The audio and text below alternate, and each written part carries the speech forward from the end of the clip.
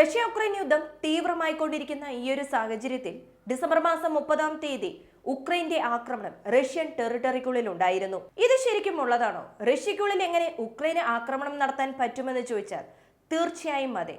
ഉക്രൈന്റെ ആക്രമണം ഡിസംബർ മാസം 30-ാം തീയതി വൈകുന്നേരം ഉണ്ടായിരുന്നു.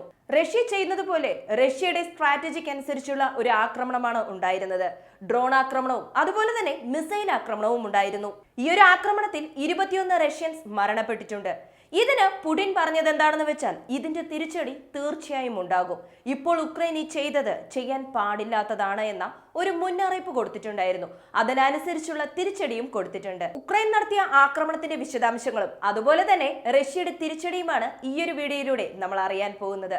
വീഡിയോയിലേക്ക് പോകുന്നതിന് മുമ്പ് ഇതുവരെ ചാനൽ സബ്സ്ക്രൈബ് ചെയ്യാതെയാണ് കാണുന്നതെങ്കിൽ ചാനൽ ഒന്ന് സബ്സ്ക്രൈബ് ചെയ്യുക.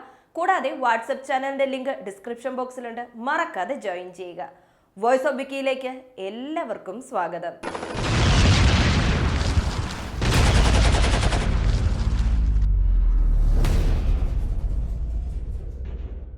രണ്ട് ദിവസങ്ങളായി 100-ൽ പരം മിസൈലുകൾ ഉപയോഗിച്ച് റഷ്യ അതിതീവ്രമായ ആക്രമണമാണ് ഉക്രൈനിൽ ചെയ്തുകൊണ്ടിരുന്നത്. ഈ ഒരു സാഹചര്യത്തിൽ ഇതിന് തിരിച്ചടിയായി ഉക്രൈൻ നിരവധി മിസൈലുകളും അതുപോലെ തന്നെ ഡ്രോൺസ് ഒക്കെ വിക്ഷേപിച്ചുവെങ്കിലും റഷ്യയുടെ എയർ ഡിഫൻസ് സിസ്റ്റം വെച്ച് ഇതെല്ലാം ഡിഫെൻഡ് ചെയ്തിട്ടുണ്ടായിരുന്നു. മോസ്കോയിലേക്ക്, അതായത് റഷ്യയുടെ തലസ്ഥാനത്തേക്ക് വന്ന 2 ഡ്രോൺസും ന്യൂട്രലൈസ് ചെയ്തു എന്ന ഒരു അറിയിപ്പ് റഷ്യയുടെ ഭാഗത്തു നിന്ന് തന്നെ വന്നിട്ടുണ്ടായിരുന്നു. ഈ ഒരു സാഹചര്യത്തിലാണ് ഡിസംബർ മാസം 30-ാം തീയതി റഷ്യ ഉക്രൈൻ ബോർഡറിലുള്ള റഷ്യൻ ടെറിട്ടറിയായ ബെൽഗ്രോഡ് ഭാഗത്തേക്ക് മിസൈൽ കൂടാതെ ഡ്രോൺ ആക്രമണം ഉക്രൈൻ നടത്തിയത്. ഉക്രൈന്റെ ഈ ഒരു ആക്രമണത്തിൽ 21 പേർ മരണപ്പെട്ടിട്ടുണ്ട് എന്ന് റഷ്യ തന്നെ കൺഫേം ചെയ്തിട്ടുണ്ട്. ഇതുമാത്രമല്ല 120-ൽ പരം ആളുകൾക്ക് തീവ്രമായ പരിക്കേറ്റിട്ടുണ്ടെന്നും ഇനിയും മരണനിരക്ക് കൂടാനാണ് സാധ്യത എന്ന ഒരു ഷോക്കിംഗ് ന്യൂസും റഷ്യ തന്നെ പുറത്തുവിട്ടു. പൊതുവെ ഒരു ആക്രമണം നടത്തുമ്പോൾ അത് ഉക്രൈനെതിരെയാണെങ്കിലും റഷ്യക്കെതിരെയാണെങ്കിലും മരണനിരക്ക് അത്ര പെട്ടെന്ന് പുറത്തു പറയില്ല, അതും ഒഫീഷ്യലായി അറിയിക്കില്ല. പക്ഷെ ഈ ഒരു ആക്രമണം നടന്ന കുറച്ച് മണിക്കൂറുകൾക്കുള്ളിൽ തന്നെ ഇത്ര പേർ മരണപ്പെട്ടിട്ടുണ്ട് എന്ന വാർത്ത റഷ്യ തന്നെ കൺഫേം ചെയ്യണമെന്നുണ്ടെങ്കിൽ ഉക്രൈൻ എത്രത്തോളം സിവിയറായ ആക്രമണമായിരിക്കും അന്ന് ചെയ്തിട്ടുണ്ടാവുക. ഒറ്റ ദിവസം കൊണ്ട് 120-ൽ പരം മിസൈൽസ് ഉപയോഗിച്ച് റഷ്യ ഉക്രൈനെതിരെ ആക്രമണം നടത്തിയതിന് ഇതൊരു റിവെഞ്ച് ആണെന്ന് ഉക്രൈനിലെ നിരവധി പേർ പറയുന്നു. ഇത് ഉക്രൈൻ ഒഫീഷ്യലായി അറിയിച്ചിട്ടുള്ളതല്ല, ഉക്രൈനിലെ നിരവധി പ്രൊപ്പഗൻഡ ന്യൂസ് ചാനൽ ഉണ്ടല്ലോ, ഇവർ പറഞ്ഞതാണ്.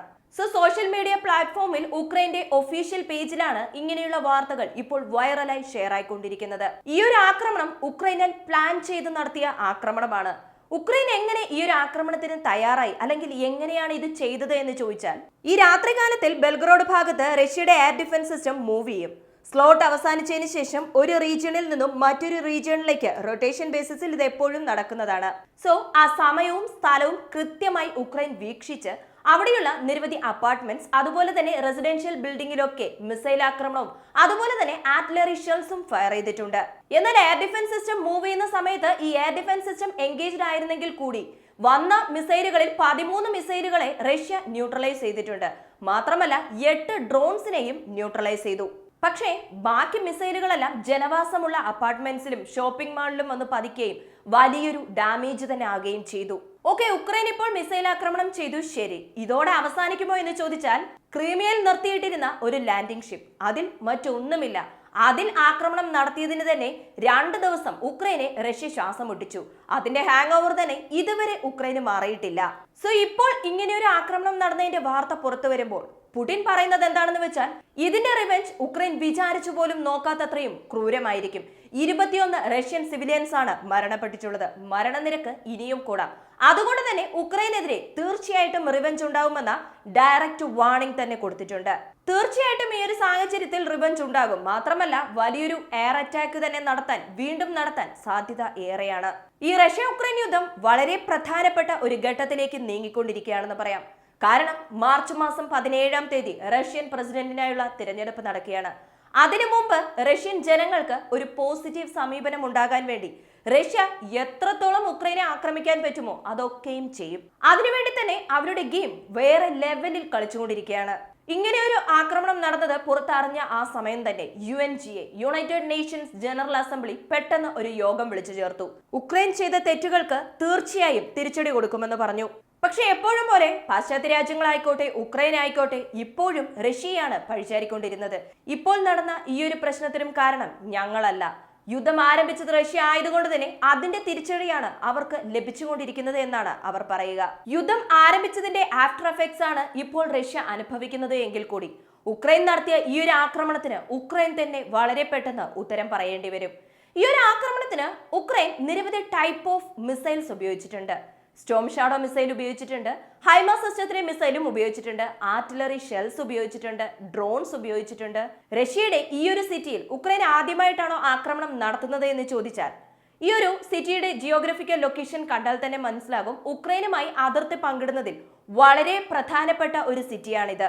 അങ്ങനെയുള്ളപ്പോൾ റഷ്യ ഉക്രൈൻ യുദ്ധം ആരംഭിച്ച സമയം മുതൽ ആർട്ടിലറി ഷെൽസ് ഫയർ ചെയ്യുക, റോക്കറ്റ് ഫയർ ചെയ്യുക, ഇടയ്ക്കിടയ്ക്ക് ചെറിയ ചെറിയ സ്ഥലങ്ങളിൽ എന്തെങ്കിലും ആക്രമണം നടത്തുക, 1 or 2 ജീവൻ ബലിയാടായി എന്നുള്ള വാർത്ത പുറത്തു വരിക, ഇങ്ങനെയാണ് സംഭവിച്ചുകൊണ്ടിരുന്നത്. പക്ഷെ ഇത്തവണ കുറച്ച് തീവ്രമായിരുന്നു. റെസിഡൻഷ്യൽ ഏരിയയിൽ ആക്രമണം നടത്തുന്നതും 21 റഷ്യൻസ് മരണപ്പെടുന്നതും ഇത്രയും ആളുകൾക്ക് തീവ്രമായി പരിക്കേൽക്കുന്നതും ഇത് ആദ്യമായിട്ടാണ്. മറ്റൊരു ഭാഗത്ത് ഉക്രൈനെ നോക്കുകയാണെങ്കിൽ റഷ്യയുടെ എയർ അറ്റാക്കിൽ നിന്നും ഇതുവരെ മോചനം ഉണ്ടായിട്ടില്ല. ഇപ്പോഴും കുറച്ചുപേർ മരണപ്പെട്ടു എന്ന വിവരങ്ങളും പുറത്തു വരുന്നുണ്ട്. സെലൻസ്കി പറയുന്നത് എന്താണെന്ന് വെച്ചാൽ ഈ ന്യൂ ഇയർ നമുക്ക് ന്യൂ ഇയർ അല്ല, ഈ യുദ്ധത്തിൽ വീരമൃത്യു വരിച്ചവർക്ക് വേണ്ടി മൗനം ആചരിക്കണം. ഇങ്ങനെ ഒരു അനൗൺസ്മെന്റ് ഈ ഒരു ആക്രമണത്തിന് ശേഷം സെലൻസ്കിയുടെ ഭാഗത്തു നിന്നും ഉണ്ടായിരുന്നു. Russian security council deputy chairman റീസെന്റായി ഒരു അനൗൺസ്മെന്റ് പുറത്തുവിട്ടു. ഉക്രൈൻ ഒരു ബ്ലഡ് ക്രൈം ആണ് ചെയ്തിരിക്കുന്നത്. സാധാരണ ഈ ബ്ലഡ് ക്രൈം എന്ന വാക്കൊക്കെ ഏതൊരു ഓഫീസേഴ്സും നിസ്സാരമായി അങ്ങനെ പറയില്ല. ഏതെങ്കിലും ഒരു വലിയ ആക്രമണം അല്ലെങ്കിൽ ഒരു തീവ്രവാദ ആക്രമണം ഒക്കെ നടക്കുമ്പോഴാണ് ഈ ഒരു വാക്ക് ഉപയോഗിക്കുന്നത്. ഇതിന്റെ മറുപടി വളരെ പെട്ടെന്ന് തന്നെ കൊടുക്കണമെന്ന് റഷ്യയിലെ നിരവധി ഓഫീസേഴ്സ് അവരുടെ അഭിപ്രായങ്ങളും പങ്കുവെക്കുന്നുണ്ട്. ഈ പ്രശ്നം റഷ്യക്കുള്ളിൽ തന്നെ വളരെ വലിയ പ്രശ്നമായി മാറിക്കൊണ്ടിരിക്കുകയാണ്. ഇപ്പോൾ ട്രെൻഡിങ്ങിലുള്ളത് ഉക്രൈൻ റഷ്യയിൽ നടത്തിയ ഈ ഒരു ആക്രമണമാണ്. ഈ ന്യൂ ഇയർ കഴിഞ്ഞാൽ 1-2 ദിവസത്തിനുള്ളിൽ തന്നെ ഉക്രൈനെ മുഴുവനായും ആക്രമിക്കണം. മാത്രമല്ല നമ്മുടെ റഷ്യൻസിനെ കൊന്ന അവരെ വെറുതെ വിടാൻ പാടില്ല എന്ന രീതിയിലുള്ള അവരുടെ ദേഷ്യങ്ങളും അവരുടെ അഭിപ്രായങ്ങളായി അവർ പങ്കുവെക്കുന്നുണ്ട്. സോ അതുകൊണ്ട് തന്നെ ഞാൻ മുൻപ് പറഞ്ഞതുപോലെ ഈ റഷ്യ ഉക്രൈൻ യുദ്ധം വളരെ പ്രധാനപ്പെട്ട ഘട്ടത്തിലേക്ക് നീങ്ങിക്കൊണ്ടിരിക്കുന്നു എന്ന് പറയാം. ഒന്നുകിൽ ഉക്രൈനിൽ ആക്രമണം നടത്തി വളരെ പ്രധാനപ്പെട്ട ഭാഗങ്ങളൊക്കെ റഷ്യ പിടിച്ചെടുക്കും, അല്ലെങ്കിൽ ഏതെങ്കിലും ഒരു വലിയ ആയുധത്തെ ഉക്രൈനെതിരെ ഉപയോഗിച്ച് ഉക്രൈനെ മുഴുവനായും കീഴ്പ്പെടുത്താനും സാധ്യതയുണ്ട്. അതിലേക്കാണ് ഇപ്പോഴത്തെ ഈ പോക്ക്. ഇതെല്ലാം കഴിഞ്ഞ് ഡിസംബർ മാസം 31-ാം തീയതി മറ്റൊരു അപ്ഡേറ്റ് പുറത്തു വന്നു. മറ്റൊന്നുമല്ല, ഉക്രൈൻ ബെൽഗ്രോഡ് ഭാഗത്ത് നടത്തിയ ആക്രമണത്തിന് തിരിച്ചടിയായി റഷ്യ ക്യീവിലും, അതായത് ഉക്രൈന്റെ തലസ്ഥാനത്തും ഖർക്കിവ് എന്ന റീജിയണിലും അവരുടെ എയർ സ്ട്രൈക്ക് ആരംഭിച്ചുവെന്ന്. ആക്രമണം ആരംഭിച്ച സമയത്ത് തന്നെ 2 പേർ മരണപ്പെട്ടിട്ടുണ്ട് എന്ന വാർത്തയും പുറത്തു വന്നിട്ടുണ്ടായിരുന്നു.